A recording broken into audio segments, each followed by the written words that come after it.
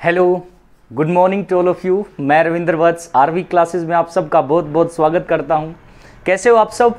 उम्मीद करता हूं बहुत अच्छे होंगे। दोस्तों, आज का जो हमारा टॉपिक है वो है रीजनिंग सेक्शन का एनालॉजी। जैसा कि आपके सामने दिख रहा होगा, एनालॉजी जिसको हिंदी में बोलते हैं सादृश्यता परीक्षण। तो आज हम इसके मिसलिनियस टाइप के क्वेश्चन करेंगे और इसके बेसिक कंसेप्ट को समझेंगे। मैं 2 पार्ट्स ऑलरेडी अपलोड कर चुका हूं आरवी क्लासेस के ऊपर एनालॉजी से रिलेटेड। उसमें मैंने एक टाइप डिस्कस की थी, वर्ड एनालॉजी, ठीक है। तो वो उसके प्रीवियस ईयर क्वेश्चन मैं डिस्कस कर चुका हूं। आज मैं ओवरऑल जितनी टाइप्स बनती हैं वो क्वेश्चन वाइज जो है मैं उसको एक्सप्लेन करने की कोशिश करूंगा। तो चलिए शुरू करते हैं आज की इस वीडियो को, जिसमें हम पढ़ेंगे एनालॉजी का टॉपिक, जिसमें बोले इसको हिंदी में क्या बोलते हैं, सादृश्यता परीक्षण। तो चलिए शुरू करते हैं। देखिए, एनालॉजी में आपको क्वेश्चन इस टाइप से मिलेगा, A:B, so:2, C:what, यानी कि क्वेश्चन मार्क। कहने का मतलब A अनुपात B समानुपात का साइन है, C अनुपात में क्वेश्चन मार्क। मतलब जो रिलेशन A का B से है वही रिलेशन आपको लगाना C का अगले वाले से, ठीक है ना। तो जो रिलेशन A का B से होगा वही रिलेशन C का क्या होगा, अगले वाले से। तो इसमें वेरियस टाइप ऑफ क्वेश्चन बनेंगे। हो सकता है आपका कोई अल्फाबेट का लॉजिक लगे, हो सकता है आपका कोई डिजिट्स का लॉजिक लगे, हो सकता है आपका कोई जीएस बेस्ड क्वेश्चन हो। तो चलिए शुरू करते हैं आज के इस टॉपिक की। और ये रहा पहला क्वेश्चन। क्वेश्चन के अकॉर्डिंग हम इसको पूरे टॉपिक को जो है वो समझेंगे और समझने की कोशिश करेंगे। चलो, मान लीजिए इसने क्वेश्चन दे दिया पहला, MPNQ QTRU so:2 FIGP और यहां लगा दिया क्वेश्चन मार्क। तो मैंने बोला था अल्फाबेट टू अल्फाबेट हो सकता है आपका। सेकंड क्वेश्चन दिया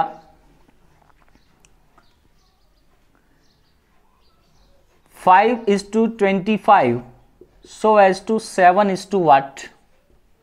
थर्ड क्वेश्चन दिया 3:2 यानी कि 32:9 so:2 7:2 is what। ये भी आपका एक लॉजिक दिया। क्वेश्चन नंबर 4 की बात करें तो कुछ जीएस बेस्ड क्वेश्चन हो सकते हैं। जैसे इसने दिया भारत नई Delhi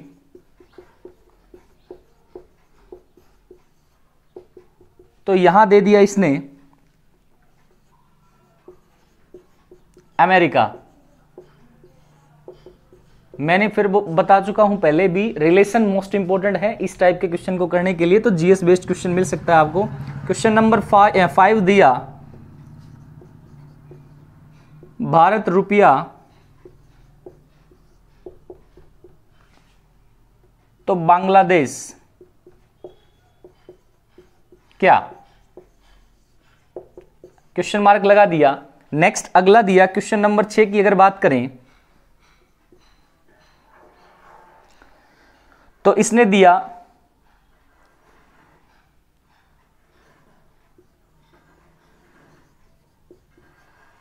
Virat Kohli is to cricket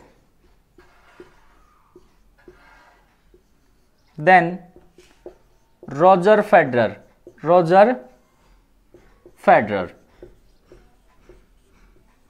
is to what.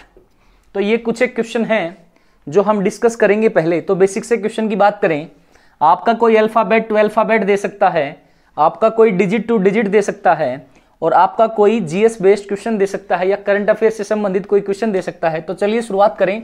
यहां देखें, अल्फाबेट टू अल्फाबेट सीधा सीधा क्या होता है, कोडिंग डिकोडिंग। कोडिंग डिकोडिंग मैं अच्छे से एक्सप्लेन कर चुका हूं आरवी क्लासेस के ऊपर। 4 से 5 वीडियो मैंने अपलोड कर दिए हैं। नहीं देखा है तो उसको जाकर देख लीजिए, बिल्कुल बेसिक लेवल से बताया है। तो पहला काम क्या करेंगे, अल्फाबेट को अल्फाबेट में अगर कोड कर दिया गया या कोई ऐसा लॉजिक दे दिया गया तो पहला काम अल्फाबेट की नंबरिंग जो आपको डायरेक्टली ध्यान रखनी है। तो यहाँ M कितना 13, P 16, N 14 और Q कितना होता है 17। लिख लिया नंबरिंग। नेक्स्ट सेम अगले में लिखेंगे Q 17, T 20, R 18 और U कितना होगा 21 होगा। क्लियर। चलो, अब यहां से यहां बोला था जो रिलेशन A का B से होगा वही रिलेशन किसका होगा, C का अगले वाले से होगा। तो चलिए अब देखते हैं यहां पे जो रिलेशन लगाया वो क्या लगाया। तो यहां एक बार इसको मैं साफ कर देता हूं क्योंकि ये बात समझ में आ गई आपको कि जो रिलेशन A का B से है वही C का D से होगा। तो देखें 13 से 17 हो गया, कितना जोड़ दिया 4 जोड़ दिया। 16 से 20 हो गया, कितना जोड़ दिया 4 जोड़ दिया। 14 से 18 हुआ, कितना जोड़ दिया 4 जोड़ दिया। और फिर यहाँ 17 से 21 हुआ, कितना जोड़ दिया 4। अब आपको लॉजिक समझ में आ गया होगा, क्या कर रखा है +4 कर रखा है। सेम लॉजिक यहाँ लगाएंगे, F6 I 9 G 7 और P कितना होगा 16 होगा। तो सेम आगे देखेंगे, 6 में 4 जोड़ेंगे तो कितना होगा 10, 9 में 4 जोड़ेंगे कितना होगा 13, 7 में 4 जोड़ेंगे कितना होगा 11 और 16 में 4 जोड़ेंगे कितना होगा 20। तो देखें 10 को क्या बोलते हैं अल्फाबेट, अगर डिजिट पता है तो अल्फाबेट भी पता हो। 10 को क्या बोलेंगे J, 13 को बोलेंगे M, 11 को K और 20 को क्या बोलेंगे T। तो मेरा जो आंसर आएगा इस क्वेश्चन का वो क्या आया J, M, K और T। जो लॉजिक पहले से दूसरे में लगाया वही तीसरे से चौथे में लगेगा। क्लियर। चलो चलते हैं अपने नेक्स्ट क्वेश्चन की तरफ। आपकी बार दे दिया डिजिट वाला रिलेशन। अब ध्यान रखें एनालॉजी और क्लासिफिकेशन में जब भी डिजिट वाले क्वेश्चन देगा तो उसमें जरूरी नहीं जो आपने सोचा वो अगला एग्जामिनर भी मान ले, ठीक है ना। तो कुछ हद तक डिपेंड करेगा ऑप्शन के ऊपर। अगर ऑप्शन में दे दिया और हो सकता है फिर भी गलत कर दो आप, क्योंकि लॉजिक अगले ने कुछ सोच रखा हो, आप कुछ सोच लो। तो देखो सबसे पहले तो यही दिमाग में बात आएगी कि 5 से 25 बन गया तो स्क्वायर कर दिया होगा। अगर 7 का स्क्वायर करेंगे तो कितना आएगा 49, यानी कि 49 आएगा। मोस्ट प्रोबेबली 49 ऑप्शन में मिल जाएगा। तो इसका आंसर कितना होगा 49। अगर ना मिले तो एक लॉजिक ये भी है कि इस नंबर को मल्टीप्लाई कर दिया गया किससे 5 से, 5 गुणा 5 कितना, ये भी तो एक लॉजिक है 25। तो 7 को अगर 5 से गुणा करूंगा तो कितना आएगा 35 आएगा। तो ये भी ऑप्शन में मिल सकता है। तो आपको हर एंगल से लॉजिक सोचने पड़ेंगे डिजिट वाले क्वेश्चन के लिए। मैं ये बात बता रहा हूं मोस्टली जब एनालॉजी और क्लासिफिकेशन, ये रीजनिंग के दो ऐसे टॉपिक हैं जिसमें डिजिट वाले लॉजिक जो है वो थोड़े से डिफर कर सकते हैं आपके और जिस संस्था ने जो पेपर बनाया है वो उसने क्या, जो एग्जामिनर ने क्या लॉजिक सोचा उससे, ठीक है। तो ध्यान रखें इन चीजों को। तो दोनों आंसर हो सकते हैं लेकिन मोस्ट प्रोबेबली क्या मिल जाएगा स्क्वायर वाला लॉजिक जो है वो बेस्ट रहेगा। यानी कि अगर यहां 5 to 25 है तो 5 का स्क्वायर कर दिया होगा। तो सेम यहां 7 का स्क्वायर करें कितना आएगा 49 आएगा। तो आंसर कितना आया 49, ठीक है। चलो क्वेश्चन नंबर 3 की बात करें तो सेम डिजिट वाला लॉजिक सोचेंगे। तो 3 2 32 से कितना हो गया 9, तो 72 से क्या हो जाएगा, ठीक है। तो देखो इसने क्या किया, इसमें डायरेक्ट मैं लॉजिक बता देता हूं। 3 जो था पहला जो डिजिट है उसकी पावर में ले गए दूसरी डिजिट को, क्या ले गए पहले डिजिट की पावर में सेकंड डिजिट। तो इसको लिख सकते हैं 3 का स्क्वायर। तो 3 का स्क्वायर कितना होगा 9 होगा। क्लियर, 3 का स्क्वायर कितना होगा 9 होगा। आई होप आपको लॉजिक समझ में आ गया कि तो सेम फर्स्ट डिजिट की पावर में ले गए सेकंड को, 7 का स्क्वायर बन जाएगा। 7 का स्क्वायर कितना आया 49। तो इसका आंसर कितना हो जाएगा 49 हो जाएगा। क्लियर। चलो क्वेश्चन नंबर 4 की बात करें। ये आपके totally based on your GS. अगर जीएस अच्छी है या करंट अफेयर अच्छा है तो आराम से कर पाओगे, नहीं तो बड़े टिपिकल लेवल के क्वेश्चन हो जाएंगे। उसमें आपका हिस्ट्री से रिलेटेड क्वेश्चन पूछ सकता है, करंट अफेयर से रिलेटेड क्वेश्चन पूछ सकता है, पॉलिटी से रिलेटेड क्वेश्चन पूछ सकता है, या ज्योग्राफी से रिलेटेड क्वेश्चन पूछ सकता है, और हो सकता है बायोलॉजी में या केमिस्ट्री में या फिजिक्स से रिलेटेड, यानी कि पूरी जनरल साइंस से रिलेटेड कोई क्वेश्चन पूछ सकता है। तो इस चीज का ध्यान रखेंगे। तो देखो यहां क्या रिलेशन दिया, रिलेशन मोस्ट इंपोर्टेंट है। भारत से नई दिल्ली का रिलेशन दिया, मतलब भारत की जो कैपिटल है यानी कि राजधानी है वो क्या है नई दिल्ली। तो अमेरिका की राजधानी जो है वो आपसे पूछ लिया। तो अमेरिका की राजधानी क्या आ जाएगी वॉशिंगटन डीसी। वाशिंगटन क्या आएगा वाशिंगटन डीसी। वाशिंगटन डीसी जो है वो क्या हो जाएगी कैपिटल हो जाएगी किसकी अमेरिका की। यूएसए लिख सकता है यूनाइटेड स्टेट्स ऑफ अमेरिका। तो वाशिंगटन डीसी जो है वो क्या है राजधानी है या कैपिटल है। अब यहां कई बार पूछ लेता है डीसी की फुल फॉर्म बताएं। डीसी की फुल फॉर्म होती है District of Columbia. District of Columbia. तो ध्यान रखें डीसी की फुल फॉर्म। वाशिंगटन डीसी जो है कैपिटल है, कहां की कैपिटल है यूएसए की कैपिटल, ठीक है। तो रिलेशन था भारत का नई दिल्ली कैपिटल यानी कि राजधानी का। तो सेम अमेरिका की कैपिटल जो है वो क्या आ जाएगा वाशिंगटन डीसी आ जाएगा। चलो चलते हैं नेक्स्ट क्वेश्चन के ऊपर। अगला क्वेश्चन दिया भारत का रुपया। तो आपसे पूछ लिया बांग्लादेश क्या, सीधी सी बात है, पता होगा तो बता पाओगे। तो यहां भारत का जो रुपया क्या है करेंसी है, भारत की करेंसी क्या है आपके पास रुपया है। तो यहां बांग्लादेश की करेंसी जो है वो आपको पता होनी चाहिए। तो बांग्लादेश की करेंसी क्या है टका। बांग्लादेश की करेंसी क्या है टका। बांग्लादेश की राजधानी पूछ ले तो क्या आएगी ढाका। बांग्लादेश की राजधानी पूछ ले तो क्या आएगी ढाका, और उसकी जो करेंसी है वो क्या है टका, ठीक है ना। तो ध्यान रखें देश और उनकी मुद्रा दे सकता है, देश और उसकी राजधानी दे सकता है। तो ये सारे बेस्ड क्वेश्चन जो है वो ध्यान रखें। अगला दिया विराट कोहली का दिया क्रिकेट, यानी कि विराट कोहली भारतीय क्रिकेट टीम के कप्तान हैं, यानी कि किस गेम से बिलोंग करते हैं क्रिकेट गेम से बिलोंग करते हैं। तो रोजर फेडरर भी एक प्लेयर हैं वर्ल्ड के, तो वो किस गेम से बिलोंग करेंगे या किस खेल से संबंधित हैं। तो वो हैं आपके किस खेल से लॉन टेनिस से। किससे संबंधित हैं लॉन टेनिस। तो इसका जो राइट आंसर आएगा वो क्या आएगा लॉन टेनिस आ जाएगा, ठीक है ना। वर्ल्ड नंबर 1 रह चुके हैं रोजर फेडरर। टॉप के अगर 3 या 4 प्लेयर की बात करें तो Rafael Nadal, Roger Federer, Andy Murray, Novak जोकोविच जो हैं वो लॉन टेनिस के वर्ल्ड फेमस प्लेयर हैं, तो उनके बारे में ध्यान रखें, कई बार उनके बारे में पूछ चुका है पेपर में, ठीक है। तो कुछ एक ये इस टाइप के क्वेश्चन जो है वो ध्यान रखने हैं आपको। अल्फाबेट टू अल्फाबेट टाइप फिर से डिस्कस कर रहा हूं, हो सकता है डिजिट टू डिजिट दे दे, अल्फाबेट टू डिजिट दे दे, और कुछ जीएस बेस्ड क्वेश्चन दे दें, वो सारे के सारे आपको ध्यान रखने। क्लियर, जल्दी से नोट करें, फिर कुछ और इंपॉर्टेंट क्वेश्चन जो है हाँ मैं आपके सामने डिस्कस करता हूं। चलो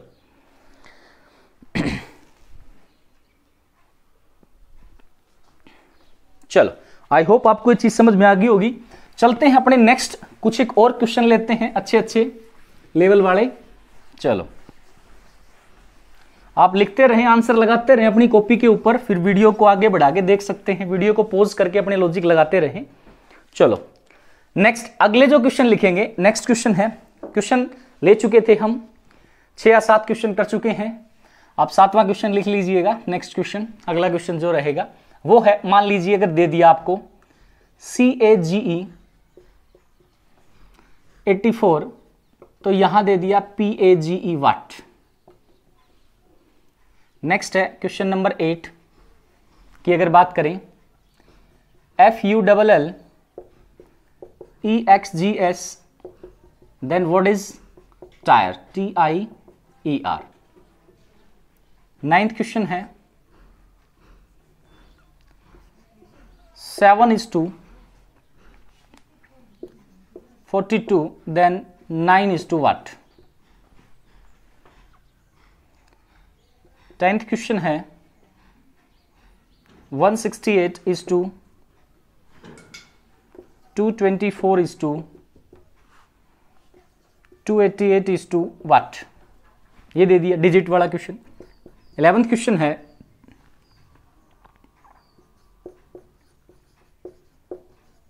Taj Mahal Bharat, then what is Brown House. Next question है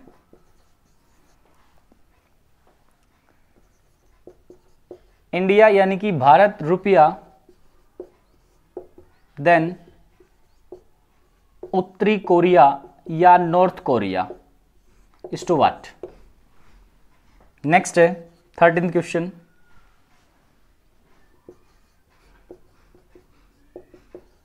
कुत्ता भौंकना, तो आपसे पूछ लिया भालू क्या। चलो इन क्वेश्चन को डिस्कस करते हैं, फिर आएंगे अपने नेक्स्ट टाइप के क्वेश्चन के ऊपर। तो देखें, अल्फाबेट टू डिजिट पूछ सकता है, अल्फाबेट टू अल्फाबेट पूछ सकता है, डिजिट टू डिजिट पूछ सकता है, और कोई जीएस बेस्ड क्वेश्चन आपसे पूछ सकता है, तो ध्यान रखेंगे इस चीज को। तो यहां पहले डिस्कस करते हैं इस क्वेश्चन को। देखें C कितना 3A1G7E5 बताया था कोडिंग डिकोडिंग में कि अल्फाबेट जब भी अल्फाबेट की कोड देगा डिजिट में दे सकता है, अल्फाबेट में दे सकता है, तो सबसे पहले अल्फाबेट के क्या लिखेंगे, डिजिट्स लिखेंगे। तो लिख लिए डिजिट्स, C को 3 बोलेंगे, A को 1 बोलेंगे, G को 7 बोलेंगे, E को कितना बोलेंगे, 5 बोलेंगे, ठीक है। 84 कैसे बनाया, तो इसका लॉजिक सोचे तो ढेर सारे लॉजिक हो सकते हैं, अगर ऑप्शन ना दे तो पता नहीं कितना कितना आंसर आएगा, तो मैं इसके ऑप्शन दे देता हूं। ऑप्शन दे दिए इसने 330, 331, 332 एंड 333।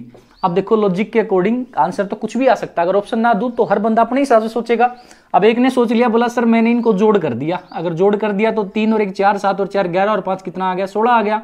84 लेके आना था, 16 को मैंने 5 से गुणा कर दिया और 4 घर से जोड़ दिया, 16 85 और 4 कितना हो गया, 84। अगर सेम लॉजिक इसके अंदर लगाएंगे तो आंसर कुछ और ही आएगा, क्योंकि ऑप्शन में तो है नहीं वो, अगर ऑप्शन में नहीं है तो कुछ और सोचेंगे, इसका मतलब ये लॉजिक मेरा फेल हो गया। लॉजिक तो है, हर बंदा, मैं बोल रहा हूं एग्जामिनेशन सेंटर की अगर बात करें तो उसमें हर बंदा अपने हिसाब से सोचेगा, लॉजिक लगाना है उसको तो, लेकिन जरूरी तो नहीं है ना कि जो आपने लॉजिक लगाया वो ऑप्शन में मिले, ये तो जरूरी नहीं है। तो इसमें ऑप्शन दे रखे थे आपको, तो ऑप्शन में नहीं है ये लॉजिक, तो इसका मतलब ये लॉजिक तो लगेगा नहीं कि जोड़ के मैं 5 से गुणा कर दूं और 4 जोड़ दूं तो 84 मिले।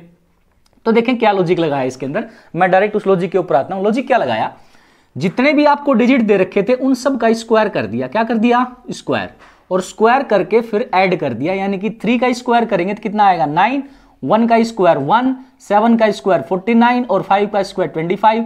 अगर इन सारे डिजिट को मैं ऐड करूंगा तो मुझे कितना मिलेगा, 84 मिलेगा। कितना मिलेगा, 84। सेम लॉजिक अगर यहां लगाएंगे पेज के अंदर तो देखें P16A1G7 और ये कितना है 5, तो स्क्वायर करके और ऐड करेंगे, बस सिंपल सी बात ये है, स्क्वायर करेंगे और ऐड कर देंगे। तो 16 का स्क्वायर कितना होगा 256 1 का स्क्वायर 1, 7 का स्क्वायर 49 और 5 का स्क्वायर कितना होगा 25। सारे डिजिट को अगर मैं जोड़ूंगा, यानी कि जो अल्फाबेट की डिजिट आई उनके स्क्वायर को अगर मैं ऐड करूंगा, जोड़ूंगा, तो मेरे पास जो नंबर आएगा वो क्या आएगा 331, 331 जो है वो आ जाएगा। तो इसका राइट आंसर क्या होगा 331। तो हो सकता है डिजिट को डायरेक्ट जोड़ दे, हो सकता है स्क्वायर करके जोड़ दे, हो सकता है दो दो डिजिट को जोड़ दे। तो ये सारे लॉजिक दिमाग में रखने हैं और वो लॉजिक लगा के ऑप्शन में भी होना चाहिए। ये नहीं ऑप्शन में है ही नहीं, तो इसमें तो ऑप्शन में था कि स्क्वायर करके सारी डिजिट को क्या कर दिया, जोड़ दिया। तो मेरा आंसर आ गया 331। ठीक है, चलो चलते हैं अपने नेक्स्ट क्वेश्चन की तरफ। क्वेश्चन नंबर 8 की अगर बात करें तो देखें, फुल का कोड है EXGS। तो आपसे किसका पूछ लिया, टायर का पूछ लिया। तो देखें F कितना 6, U कितना 21, L 12, L 12। तो यहां कोड क्या दिया EXGS, E कितना 5, X 24, G 7 और S कितना है 19। तो एक बार लॉजिक सोचें इसके बारे में, तो क्या लगाया गया, देखो 6 से 5 हो गया, कितना माइनस कर दिया, 1 माइनस कर दिया। 21 से 24 हो गया, इसका मतलब कितना जोड़ दिया, 3 जोड़ दिया। नेक्स्ट 12 से 7 हो गया, इसका मतलब कितना माइनस कर दिया, 5 माइनस कर दिया। और 12 से आपका 19 हो गया, कितना जोड़ दिया, 7 जोड़ दिया। अब एक लॉजिक दिख रहा होगा आपको, -1 + 3 -5 + 7, यानी कि 1 3 5 7, पहले माइनस फिर प्लस फिर माइनस फिर प्लस। तो इस टाइप का लॉजिक, सेम लॉजिक यहां लगाएंगे टायर के अंदर। तो टी की जो डिजिट होगी वो कितनी होगी 20, I 9, E 5 और R कितना होगा 18। जो लॉजिक पहले से दूसरे में लगाया वही लॉजिक तीसरे से किस में लगेगा, चौथे में लगेगा। तो देखें पहले -1 किया, तो 20 में से -1 करेंगे तो कितना आएगा 19। अल्फाबेट आराम से लिख लेंगे, कोई दिक्कत नहीं है। तो यहां पहले क्या लगाया इसने -1, तो -1 कर दिया। अगले में क्या किया इसने +3, अगले में क्या किया है +3। तो 9 में 3 जोड़ेंगे तो कितना बनेगा 12 बनेगा। अगले में क्या किया इसने -5 करेंगे तो 5 में से 5 गया, कितना आया 0। 5 में से 5 गया, कितना आया 0। अगले में क्या किया 18 में 7 जोड़ेंगे तो कितना हुआ 25। तो यहां पे क्या लिखेंगे 25 यानी कि 25। तो अब डिजिट पता है तो अल्फाबेट भी पता होनी चाहिए। 19 को क्या बोलेंगे S, 12 को L, 0 को Z और 25 को Y। तो मेरा जो आंसर आएगा वो क्या आएगा SLZY। और 0 के लिए स्पेशली कोडिंग डिकोडिंग में बता चुका हूं, Z क्यों लिखेंगे, -1 को क्या लिखेंगे, -2 को क्या लिखेंगे, या फिर 27 को क्या लिखेंगे, 28 को क्या लिखेंगे, वो सारे मैं बता चुका हूं आपको। ये सारे के सारे जो चीज़ है बेसिक कंसेप्ट कोडिंग डिकोडिंग से ही रिलेटेड है। और वो टॉपिक मैं आरबी क्लासेस के ऊपर अपलोड कर चुका हूं। जिस बच्चे ने नहीं देखा है वो बिल्कुल बेसिक कंसेप्ट से एडवांस लेवल तक के जो क्वेश्चन है वो मैंने करवाए हैं, वहां पे वो देख सकता है। चलो चलते हैं अपने नेक्स्ट क्वेश्चन की तरफ, क्वेश्चन नंबर 9 की तरफ। तो देखो देखते ही आंसर बन रहा है कि 7 से 42, 7 की टेबल में 42 यानी कि 42 आता है, बिल्कुल आता है। 6 से गुणा कर दिया, 7 के 42। अगर 9 को गुणा करें, देखो 6 से गुणा किया है तो 9 को गुणा करें किससे 6 से, तो 9 6 कितना आया 54। एक तो लॉजिक ये हो गया। दूसरी चीज सोचें तो देखो 7 से एक डिजिट माइनस करके मल्टीप्लाई किया, तो अगर 9 से एक डिजिट माइनस करके मल्टीप्लाई करें तो हो सकता है 8 से मल्टीप्लाई कर दिया गया होगा। 9 को 8 से गुणा करेंगे तो 72। ये भी आंसर हो सकता है और ये भी एक लॉजिक था। ठीक है, तो इस टाइप के लॉजिक जो है वो आपको सोचने हैं। आंसर 72 भी हो सकता है, 54 भी हो सकता है। तो डिपेंड करेगा किसके ऊपर, ऑप्शन के ऊपर। जो ऑप्शन दिया होगा वो आपका क्या होगा, आंसर होगा। क्लियर, मैं पहले ही बता चुका हूं डिजिट वाले क्वेश्चन के अंदर आपका एनालॉजी का टॉपिक हो या क्लासिफिकेशन का टॉपिक हो, ये जरूरी नहीं होता कि जो आपने लॉजिक सोचा वो एग्जामिनर ने भी सोचा हो सकता है उसने कुछ डिफरेंट टाइप का लॉजिक सोचा हो। तो उसके ऊपर क्लेम नहीं कर सकते आप कि हमारा सही है या आपका गलत है, या आपका सही है हमारा गलत है। ठीक है, तो चलो चलते हैं अपने नेक्स्ट क्वेश्चन की तरफ। क्वेश्चन नंबर 10 की अगर बात करें तो देखें यहां पे जो सारे नंबर दिख रहे हैं आपको वो किसी न किसी के स्क्वायर के प्लस या माइनस होंगे। तो ये दिख रहे होंगे 168 जो है किसके स्क्वायर के नजदीक है, 13 के स्क्वायर के। 13 का स्क्वायर कितना होता है 169, यानी कि 13 के स्क्वायर में से एक माइनस कर दिया तो कितना मिल गया 168, यानी कि 168 मिल गया। सेम 224 किसके नजदीक है, 15 का स्क्वायर माइनस 1 करेंगे तो कितना आएगा 224 आएगा, यानी कि 225 होता है 15 का स्क्वायर, 1 माइनस करेंगे तो 224 आएगा। अब एक चीज समझ में आ गई, 13 का स्क्वायर माइनस 1 किया तो 168 आया, 15 का स्क्वायर माइनस 1 किया तो 224 आया। इसका मतलब दोनों के बीच का डिफरेंस कितना है, 15 और 13 का डिफरेंस कितना है, 2 का डिफरेंस है, यानी 2 आगे बढ़ के स्क्वायर करके माइनस कर दिया। तो 288 जो है वो किसके स्क्वायर के नजदीक है, आपका 17 के स्क्वायर के नजदीक। 17 का स्क्वायर कितना होता है 289, 289, इसमें से एक माइनस करेंगे तो बढ़ाएंगे। अब 17 में 2 जोड़ेंगे तो 19, तो अगला जो नंबर आएगा वो 19 का स्क्वायर में से क्या करेंगे, एक माइनस करेंगे। तो 19 का स्क्वायर कितना होगा 361, और एक माइनस करूंगा तो मेरा जो आंसर आएगा वो कितना आएगा 360। तो इस क्वेश्चन का जो राइट आंसर होगा वो कितना होगा 360 यानी कि 360 होगा। तो इस टाइप के लॉजिक भी ध्यान रखने हैं आपको। स्क्वायर करके एक घटा दे, स्क्वायर करके दो घटा दे, स्क्वायर करके एक जोड़ दे, स्क्वायर करके एक घटा दे। तो इस टाइप के लॉजिक जो है आपको सोचने हैं। चलो क्वेश्चन नंबर 11 के ऊपर आए। 11, 12 और 13 फिर से वही जीएस बेस्ड क्वेश्चन रहेंगे आपके। अगर जीएस आती है, थोड़ी बहुत नॉलेज है तो आराम से कर पाओगे। तो देखें, ताजमहल का भारत से रिलेशन ये दे दिया कि ताजमहल एक फेमस हिस्टोरिकल मोन्यूमेंट है जो किस देश में है, भारत के अंदर है। Same as it is Brown House के बारे में पूछ लिया, तो ब्राउन हाउस जो है किस देश में है और कहां पे है।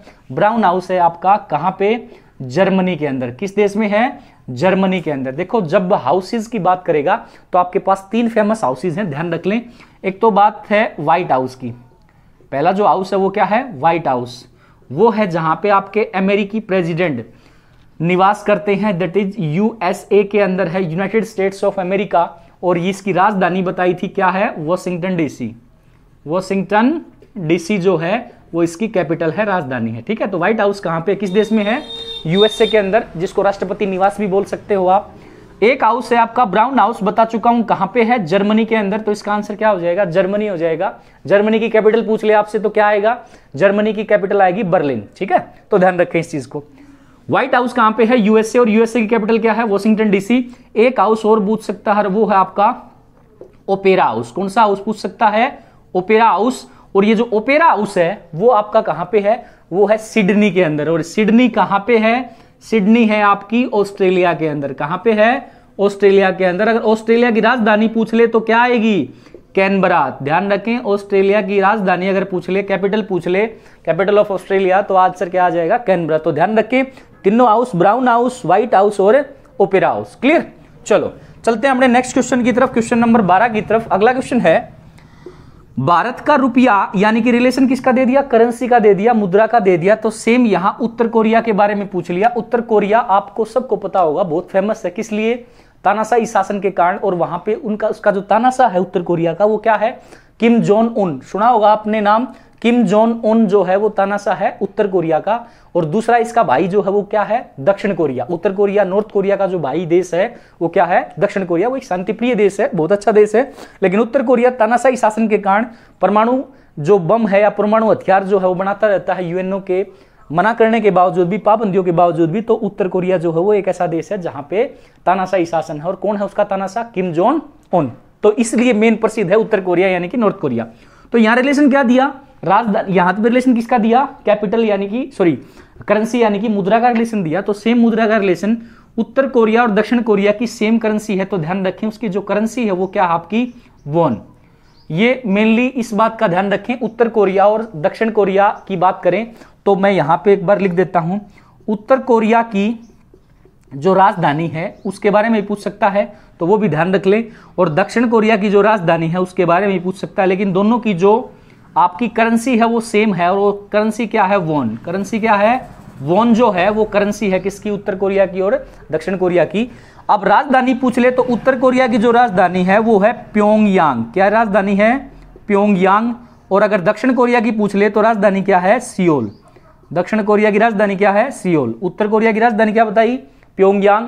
और दक्षिण कोरिया की राजधानी क्या बताई, सियोल। तो ध्यान रखें ये एक दोनों कैपिटल और इनकी मुद्रा जो है वो सेम है, that is won. Clear. I hope आपको ये क्वेश्चन समझ में आ गया होगा। तो चलते हैं अपने नेक्स्ट क्वेश्चन की तरफ। अगला क्वेश्चन दिया, कुत्ता भौंकना तो भालू क्या। कुत्ते की आवाज दे दी, भौंकना क्या है, कुत्ते की आवाज है। यानी कुत्ता कैसे बोलेगा, तो भौंकेगा कुत्ता। तो भालू के लिए पूछ लिया, तो भालू की आवाज जो आएगी वो क्या आ जाएगी, गुर्राना। भालू की आवाज क्या आ जाएगी, गुर्राना। तो कई जंगली जानवर हैं, कई ऐसे जानवर हैं जिनके बारे में पूछ सकता है आपसे। तो ये भी एनालॉजी में मोस्ट इंपोर्टेंट क्वेश्चन होता है, उसको ध्यान रखेंगे। और भी कई वैरायटी ऑफ क्वेश्चन हैं वो हम डिस्कस करेंगे। तो आज की वीडियो में 13 जो मोस्ट इंपोर्टेंट क्वेश्चन थे उसकी बेसिक टाइप मैंने बताने की कोशिश की। आई होप आपको वीडियो समझ में आ गई होगी। अगर वीडियो समझ में आ गई है तो प्लीज वीडियो को लाइक करें, कमेंट करें और दोस्तों के साथ शेयर करना ना भूलें। मिलते हैं एक और नई वीडियो के साथ, तब तक अपना और अपने परिवार का ध्यान रखें। Thank you so much for watching this video. Thank you.